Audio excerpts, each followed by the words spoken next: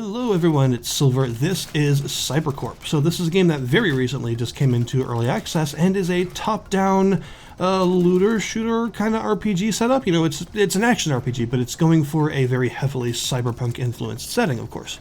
I was pretty surprised initially with how much stuff is in this game already, given that it's, brand new into early access. I didn't know exactly how much content to expect to go through, but there's actually a lot here so far. And I think, honestly, the game's biggest issues are pretty much all balance related, and the actual polish and ideas here are really good.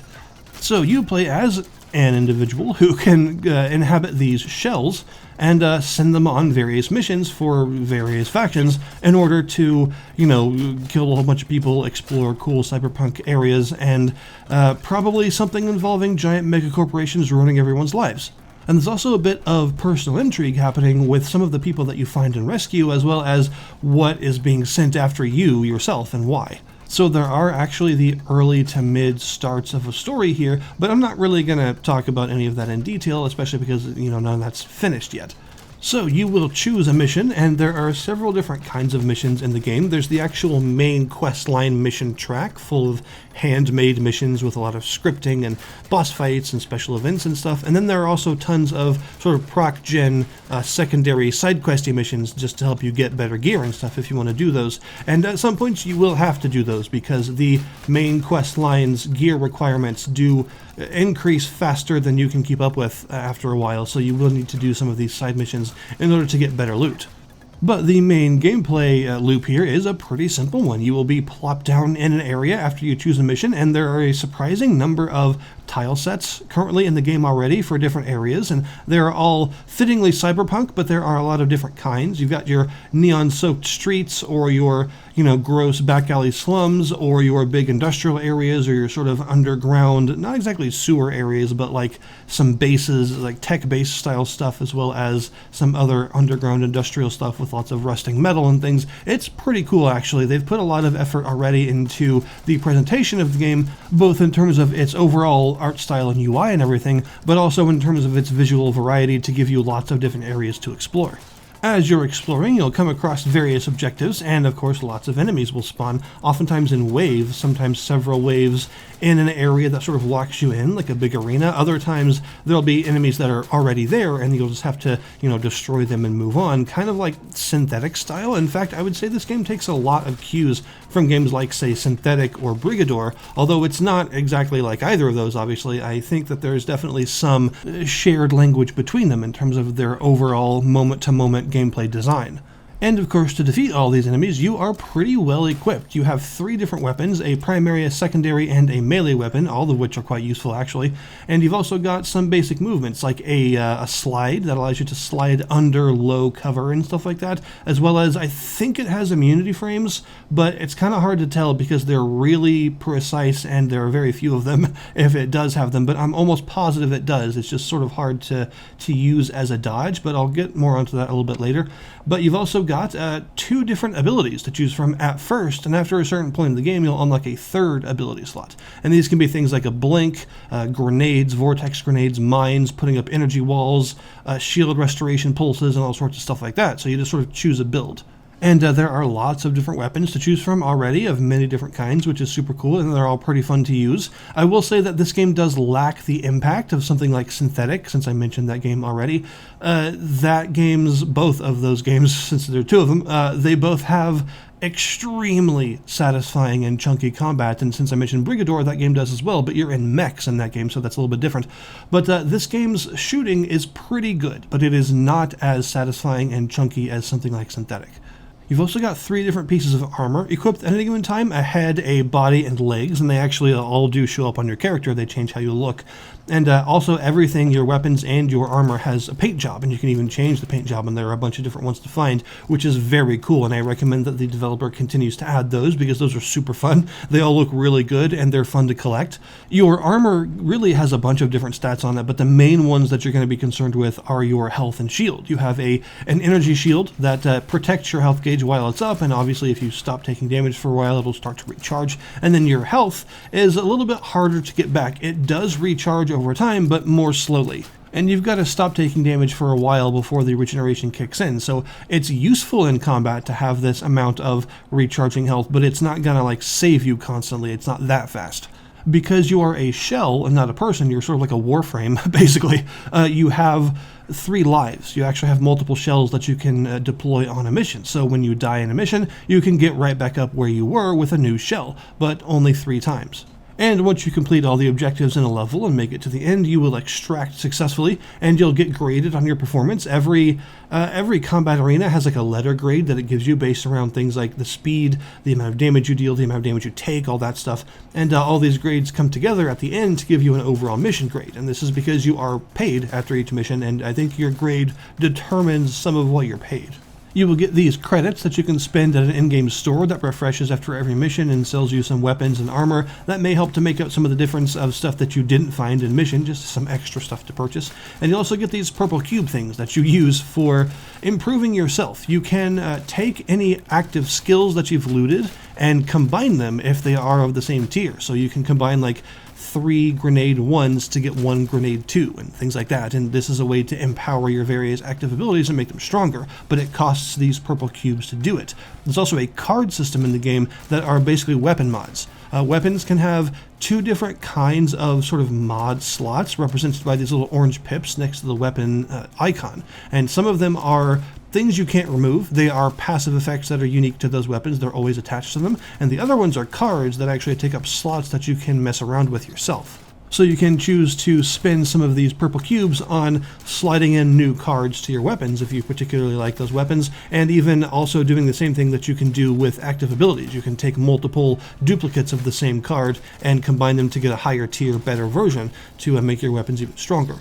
So there's quite a lot of customizability when it comes to creating your own build, because there's all these active abilities that you can find, there's all these different armor types that you can find, and there's all the weapons, and the weapons themselves are quite highly customizable down to the paint job and to all the various benefits that cards can give you. You'll notice that a lot of cards are positive and negative. There are some that are just positive, but often the ones that give you more powerful positive effects also have some sort of negative to them.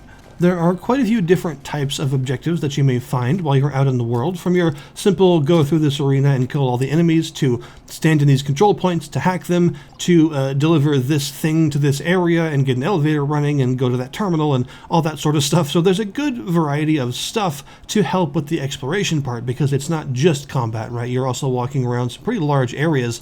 Some of the maps do get really large and complex, like impressively so, and can have like multiple different levels with elevators and stuff in them, and some other big combat arenas and some more kind of narrow side streets and stuff, and even secrets. There are a lot of secrets to find, from things like hidden chests that just give you some extra gear at the end of the mission, if you can find them, to more involved secrets like pressing hard to find buttons and hacking terminals in order to spawn a secret boss that drops some really good gear and stuff if you can kill them, and some things like that. So there's actually some pretty involved secrets in some of the levels, and this is actually probably one of the game's best points, is the fact that even the procedurally generated levels have a lot of hand-designed chunks to them, so they feel well put together, and they can have elements like these fun-to-find secrets and more involved areas and things, because it's not all purely proc-gen, it's all a lot of hand-designed stuff stuck together.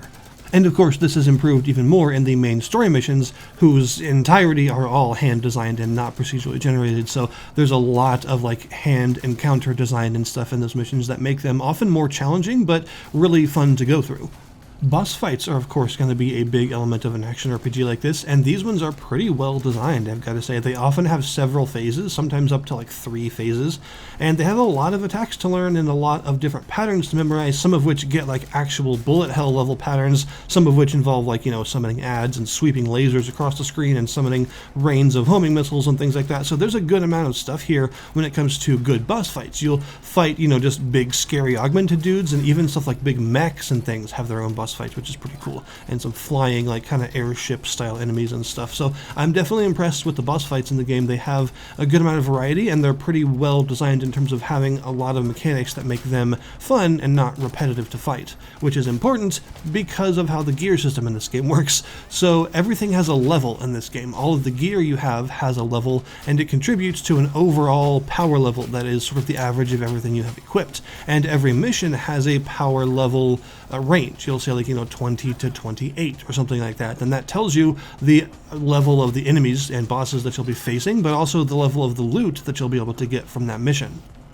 Pretty much every mission, aside from the first few introductory like tutorial missions, have several different difficulties that each increase the level range of the mission and give you some better loot, but also spawn new enemy types and things like that. And you're encouraged to go back and face off against some of the missions you've already beaten at higher difficulty levels like hard and nightmare in order to get better gear to better equip you for current missions, because you may have, say, done a mission that drops level 20 gear, but the next one starts at 22, which means you can do it if you want, but it's going to be really, really difficult for you to actually survive. So you need to go back and do some previous story missions on higher difficulties or side missions in order to make up the difference and get some better quality gear. But this does lead to a couple of issues, I think, and these are all very fixable issues if the developer does indeed feel that they are issues. One that I wanted to mention, just because I mentioned it earlier, is the fact that the slide is a little bit funky. It's clearly meant to act like a dodge, but the thing about using it is it doesn't actually propel you any distance. If you are walking in a direction and you hit the slide button, you will move at the exact same speed that you did when you were walking, so it doesn't feel like a dodge. It kind of feels like it should increase your movement speed just a little bit while you're sliding so that you actually slide more distance than you would have walked if you didn't press the slide button. Because the way that it currently works, it just doesn't feel like it propels you anywhere. I think it could move you some greater distance and it would feel a lot better as a dodge. But really my only major complaint about the game is that it currently kind of feels like it's not designed for solo play. Once you pass like the level 20-ish mark, things get so absurdly difficult that I'm not convinced you can actually do it as a single person sometimes. The missions start to spawn extremely difficult enemies in very, very large numbers, and with just one person, it feels next to impossible. This isn't helped by the fact that there aren't enough intermediate missions, by which I mean if you are level 20 and you need some better gear, oftentimes your only choices are a level 20 to 26 side mission or a level 20 to 28 main mission, and that's like all you get, and those are both really big variances. This means that everything in that mission is going to be way stronger than you, and there's really no, like, say, level 20 to 22 or 24 or something like that. There could be more steps in between these missions to make them a little bit more manageable, where it doesn't feel like you're constantly up against extremely powerful enemies without the ability to really get better gear anymore because the missions have become so hard. So I think that overall the balance could be tuned a little bit tighter for solo play, considering it really does start to feel at a certain point that the 4-player co-op is like the only way to progress because things get so incredibly difficult. But aside from that, I really do think that this is a very promising title. It's a really fun action RPG, and it's got a lot going for it already, even though it's very early into its early access campaign. So I'm excited to see where it goes from here, how it updates, and if some balance gets addressed and some new content gets added and stuff. I definitely want to see where it goes. So it's also only $15, which makes it a pretty easy sell, honestly, because that's a really fair price for what is currently on offer here right now. So I'll put the link in the description below this video to the Steam store page for CyberCorp if you guys want to check it out yourselves. Thank you very much for watching, and I'll see you next time.